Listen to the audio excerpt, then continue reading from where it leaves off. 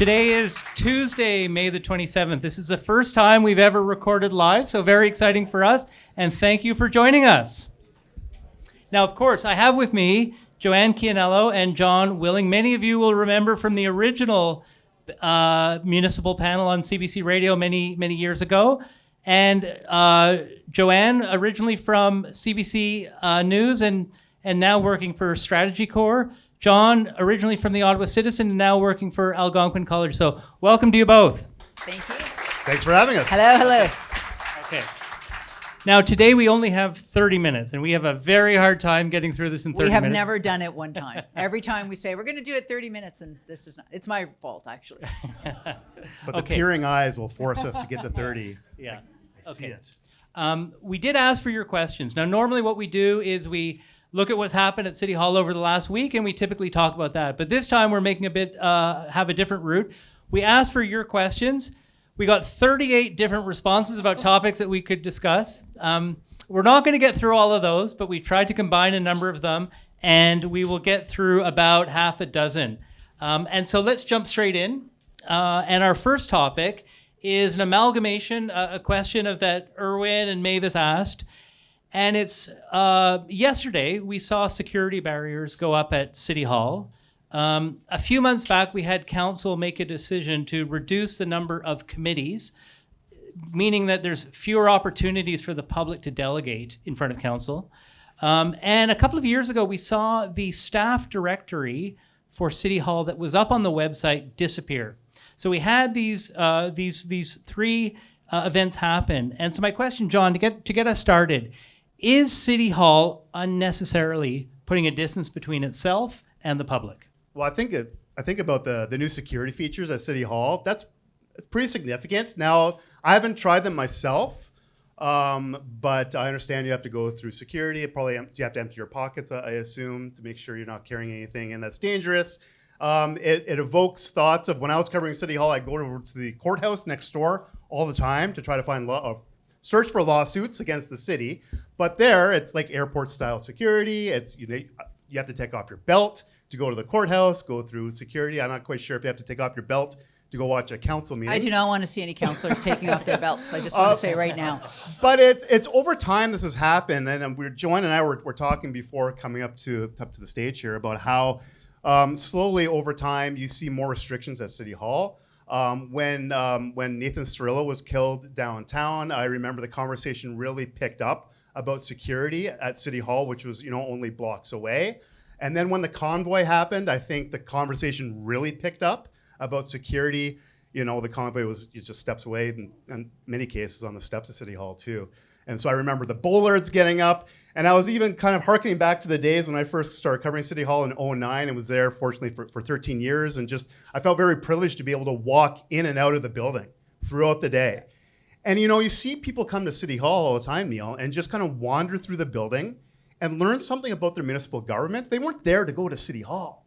They were there just to go to Confederation Park or go to the Rideau Center, but they were passing through, much like I did when I was a university student coming to Ottawa. And I walked through City Hall and learned about who was on council, because they had the big sign out in front of council chambers, or just look at an art gallery, or just take in the rotunda, or learn a bit about the architecture of the building, which is really fascinating. Yeah. So I think it's too bad that we're losing that accessibility. On the flip side, maybe that's the sign of the times. It's just the climate that we're in, that we need that kind of physical security now. How about you, Joanne? Do you think this is a sign of the times, or do we need these security measures? Yeah, I think it's really hard to say. I think the committee issue is different. I think that is, I'm not sure they haven't, I don't know if this council is doing enough to have that many committee meetings, and if staff are under pressure. Just want to make sure this is on. But I also think, through my work, I did work for AMO, which is the Association of Municipalities of Ontario. They have a workforce development project, and we conducted a survey of municipal employees across Ontario. It's public, you can find it online. And the threat that people working in municipal staff feel is actually real.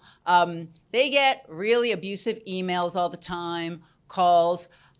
It is great that local government is the government closest to the people, but it also means the people know who the hell you are. So I bet you know who Renee Amilcar is and her predecessor at OC Transpo. But I bet you don't know, well, maybe this town you do know who the deputy minister is at the, at Transport Canada, or who the ADM is at, one of the Ontario ministries. You don't know who those people are, but these people are known. And that is one of the reasons I know that the staff directory came down, both in Ottawa and other cities, why, people do get threats. I know that the council went in camera last week when these new measures were just announced. Nobody knew they were coming. So that, I think, took some people by surprise. I don't love that, I have to confess. But at the same time, we're in there are issues with society, but part of wrapped up in the issues that are causing the threats and the bad behavior is also the fall in trust in our local governments, in all our public institutions. And turning City Hall into a fortress, I don't think is going to help that. I think, and I don't know where that line is, to be honest. I get why they want to have metal detectors. When somebody came in with a long gun to Edmonton City Hall last year, shot 6 shots off and threw in a Molotov cocktail. If I worked at City Hall, I would not be happy and feel great about going into work every day. And I think everybody would think the same thing if it was your sort of business. And so I don't know where that line is, but I think we have to have a more nuanced way of making people feel secure, of giving staff the tools to say, this is what society is like now. Just quickly, I want to say there is a course that is offered by the Clerks Association on how to de-escalate really aggressive emails and phone calls. And it is oversubscribed every time they offer it. And I'm thinking, why don't we give this to every employee? So give people the tools, but also and provide the security that you need, but also make sure there's a culture of openness, make sure people know they're welcome to come to City Hall, that there's a place for them to sit and stay. When we first started, there wasn't even Wi-Fi in the public areas. Well, listen, I'm going to jump in and say I thought those security measures are totally unnecessary. I mean, there's sure, we can always point to something that might have happened somewhere else, but it's a dispersed space. And let's not forget that we have security around the council chamber, which makes perfect sense. But the rest of City Hall is dispersed. And certainly most of the staff are working on the second level. They could find a way to separate those two levels and keep staff insulated if that's the concern. But City Hall is meant to be a place for people. It's meant to be a welcoming place. And as soon as you put security barriers up, you lose that. And in fact, John, to your point, I was there yesterday. Just to check it out. Do you have to remove your belt? I don't think I was wearing one, but it was airport security. Yeah. And I did notice people that sort of walked up to the door and then turned around. People that were just, to your point, about just curious about what's going on in City Hall and said, it's not worth it. So I was very disappointed to see that, and I just don't think we need to move that quickly. Let's move on to our next subject, which is related, and this is about better public engagement. So Jake kindly got us started on this. And this was a question that was very popular. We had Catherine, Tone, Derek, Nancy, and Roland all ask for the panel's thoughts on public engagement that the city is doing and whether the current approach is working. So Joanne, in terms of what the city is currently doing, what's working well? What could be done better? Yeah, I have to say that I think the city is trying. So there's the comprehensive zoning bylaw. I know, super exciting, right? I know, but yeah.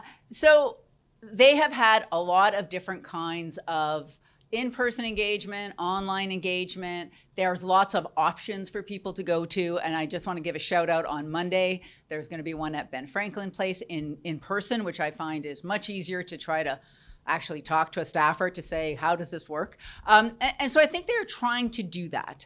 On the other hand, I think that given those, I did go to one of the online ones, one of the early ones, and I have to say, if you didn't already know everything about planning, it was pretty hard to follow. So I do think that there could be some extra resources put into how to talk about complex subjects in a down-to-earth manner. Tied up with that and my long, what I think is an important theme of improving trust in government is, You want people to consult. They have to understand what you're talking about and what the issues are, write reports better, make things more accessible. And I have a controversial suggestion, and that is consult less, but do it better, right? Do more. And so I think to your point, sir, earlier, that the gentleman talking about public engagement, too many times it just seems like pro forma, you have to say you did it, you're not really listening. To your point, you're like, oh, I had this great idea, but nobody cared. And so I think at some point, I think the city has to say things like, here is what we're doing. We're putting a sidewalk in on the street, and if you have issues, let us know.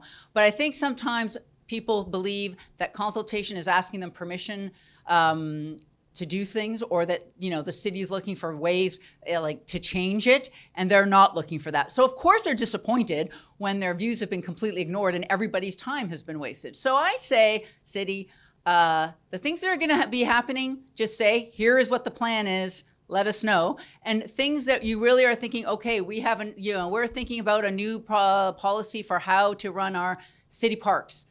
Put all your effort into doing it properly. And I think that would actually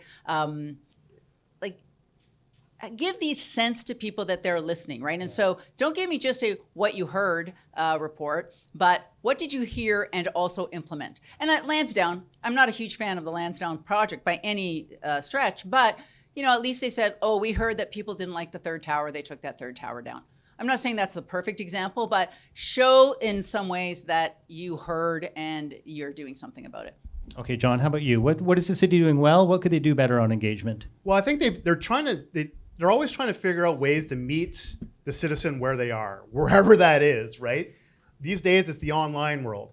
I remember a time when the former mayor and some city bureaucrats sat around the mayor's boardroom and accepted calls from the public about the budget. And I don't think a single call came in, but they were trying their best. That was a terrible story.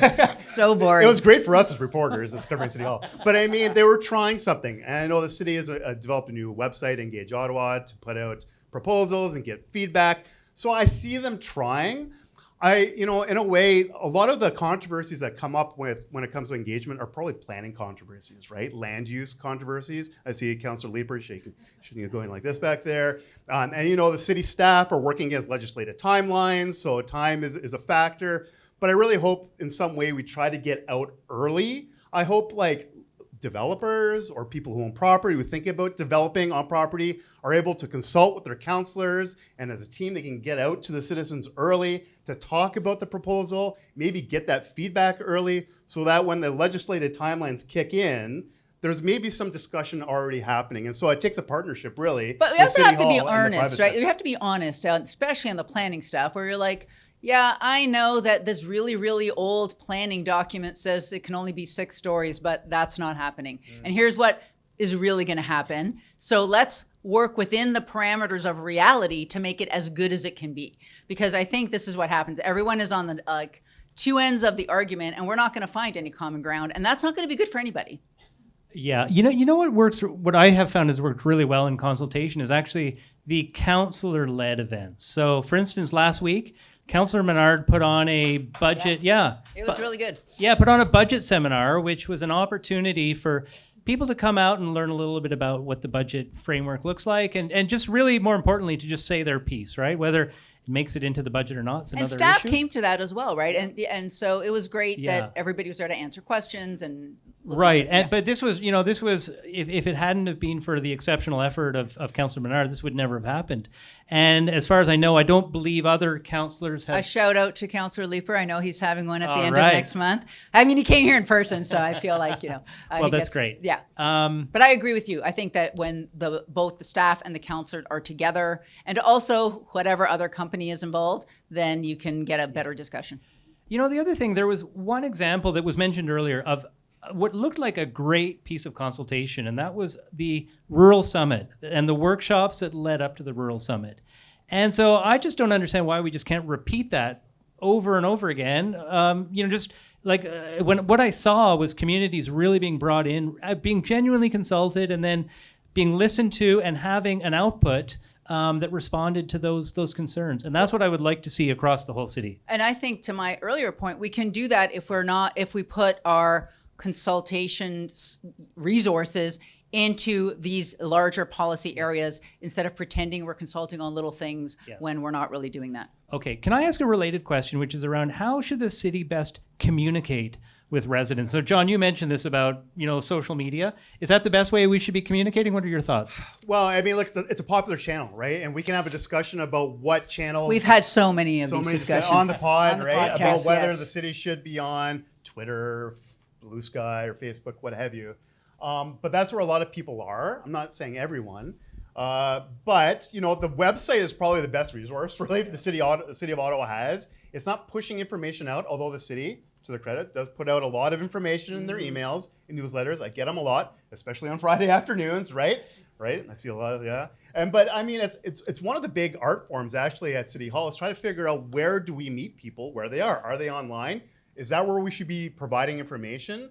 And I don't really have the answer. Fax machine? No, I don't think so. But I mean, I think you want to get out the information through as many channels as possible where people will consume that information and be more informed about their local government. And I don't have the answer, but you're trying to at least give people the information where they're going to receive it. Yeah, I say meet people where they are, and where they are is at grocery stores. And no, seriously, when we do public engagement for a municipal client, right, at the firm that I do a little bit of work for, when we were doing the police board strategic plan for Peterborough, we went to a Pete's game. We talked to 350 people.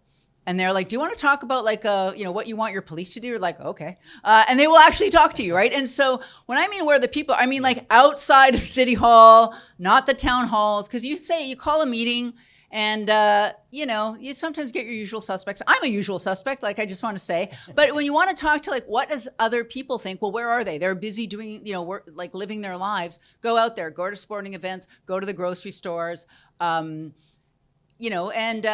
Social media, I think there's two different things. One is, how do you just put out information? I think when you have a PSA, emergency, you put it out over all those channels. Sure, social media, but that's not a way to communicate with people, right?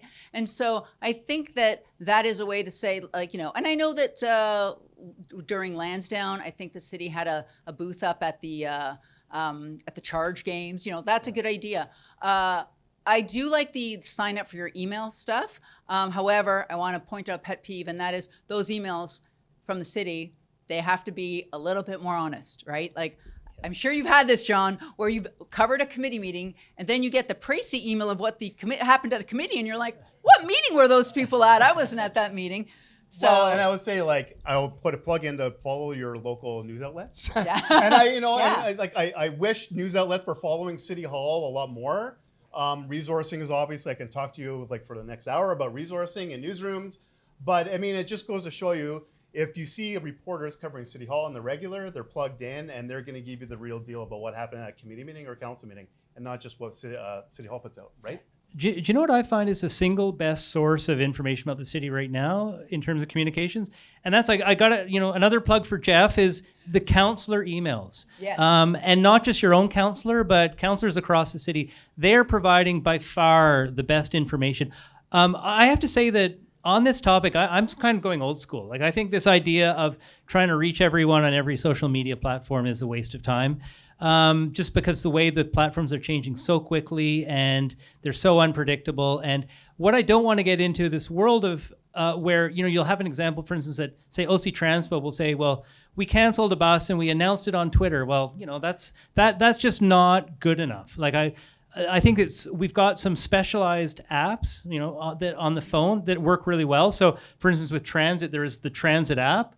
I would like to see the green one. The little green one? Yeah, that's right. That one. Yeah. So I'd like to see all communications about transit be consolidated there.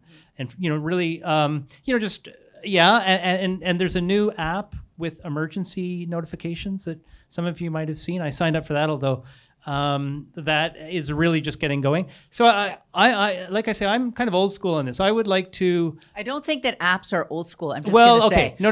Yeah, fair enough. But to your point, Joanne, about going to events is a fantastic idea.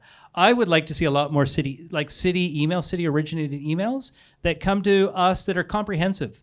that really, and the problem is that, to your point, there's a lot of spin in them, right? Yeah, you need a culture of wanting yeah. to explain here, and I think most people will understand if you explain, here is why this is complicated. Most things are complicated, and we know, people know how to explain that stuff, so we should do that. Yeah.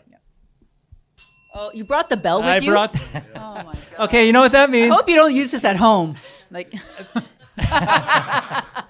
It's time for the lightning round. Okay, so I'm going to start with you, John. And Joe, Susan, Jenny, and Bessie all asked us to talk about public washrooms. Oh. So, John, is the city doing enough on this? And just a reminder, lightning round, 60 seconds. Well, I know that they were talking about it for the 2025 budget to put in 2 self-cleaning washrooms, right? I think in Byron Market and Spark Street. So I think that's a good step. I want to see the results. I don't know if it's a pilot project. The city does a lot of pilot projects. I think that could be a good first step. And, as a father of a small boy, it's not just old people who need to use the washroom. Got to find a washroom for my child. But I know a lot of people in the community have worked hard at making their own maps too about where public washrooms are. Gotta go, right? Shout out to Gotta Go. Done a lot of work over the years. So until we see more washrooms, public washrooms, maybe self-cleaning washrooms, use the resources that the community are putting together. Yeah.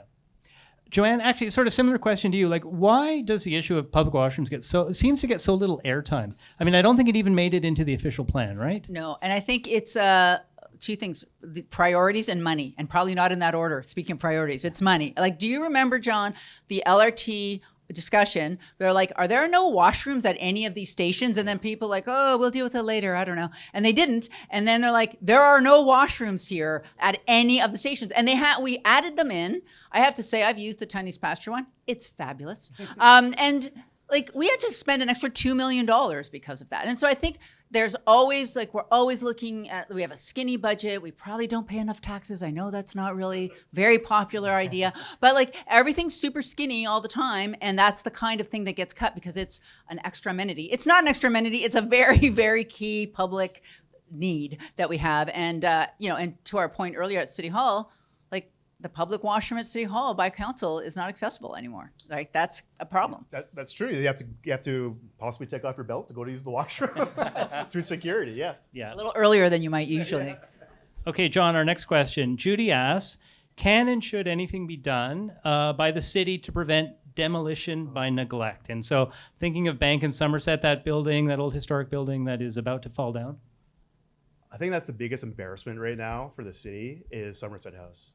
Every time I go past there and look at those tarps flying in the breeze, I just think, like, what do we need to do to get this thing away and something new? And so I wonder at a certain point, and I know, like, the city has tried a carrot and stick approach with the landowner. Bring the stick. Big stick. They've been using sticks for years. And so now what are we going to do? Are we just going to live with this ugly building in a very prominent intersection? So I don't know what the answer is, but all I know is, and we can think about, I know another in Councillor Leeper's ward, McGee House, right, is still sitting on Wellington Street West. He's getting a lot of airtime for coming in person, man. Like, yeah. That's what you get. But I don't know what the answer is, but I know maybe there's folks in the audience who are sick of seeing that eyesore at Bank and Somerset, and I don't know what the answer is, but the city and the landowner really have to find a way to. Personally, I'm raise it. I know it's not popular, and you're going to say, well, you'll let the developer win. Yeah.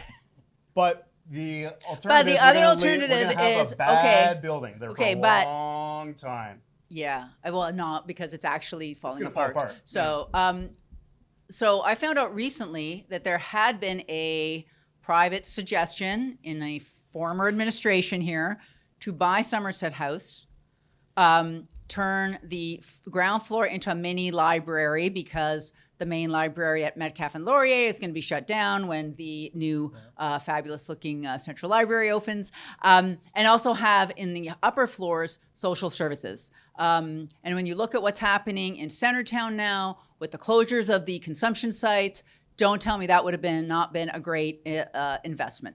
But the problem is that at the time, the mayor in charge and other people thought, well, no, we're not in the business of buying buildings. And I understand this view. That is, you don't want to encourage the owners of these buildings to let them be neglectful, to let them fall apart, hoping that the city's going to buy them. But at some point, you have to do something. And like this is like a few years ago, 3 or 4 years ago. So, I mean, like that had been going on a long time, right? And so we decide to do nothing, and we're going to lose it. So I think that I would say use every single power that the city has to fix things to the nth degree, and then take them to court to get the money back. I think we do a bit of it. I don't think we push it. I don't think we push the envelope as much as we could. That is what I would like to see. Okay.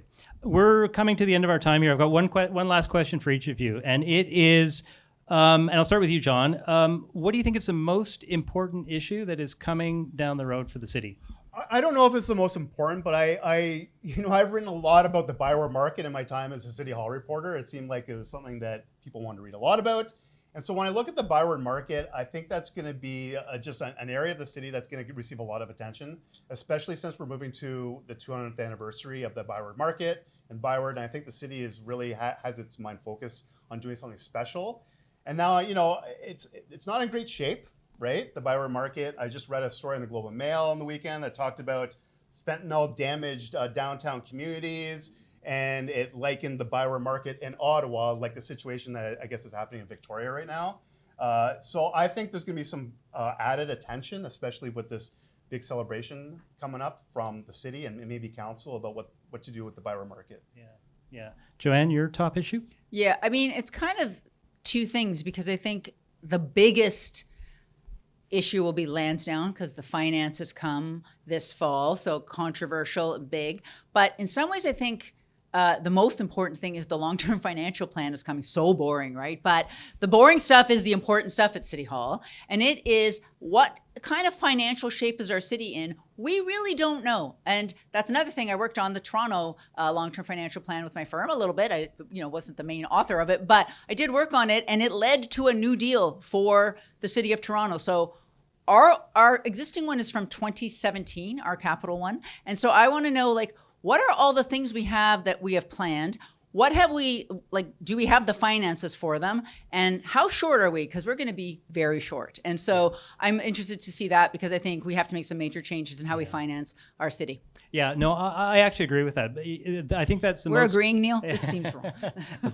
This is the most important issue coming down the road is the fact that we're facing these massive deficits on infrastructure spending, just in terms of renewing the infrastructure that's already out there. So in terms of what they call other, so everything other than roads and sewers. So in other words, fire stations and civic and arenas. I think the deficit was $3 billion that we haven't figured out how we're going to pay for that.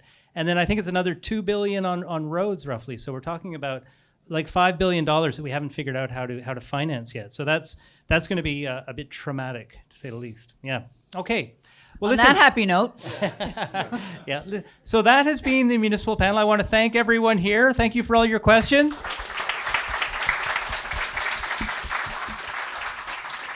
And I have one last short question, and that is, we are the municipal panel. What do you think about the municipal panel? Get it? Should we do it? Should we change the name? No? Oh, wow. No? I get a one yes. Yeah, we got a yes. Okay. Okay, listen. Thanks again. You've been a great audience. We will be back in a week, and we'll look forward to reconnecting then. Thanks. Bye-bye.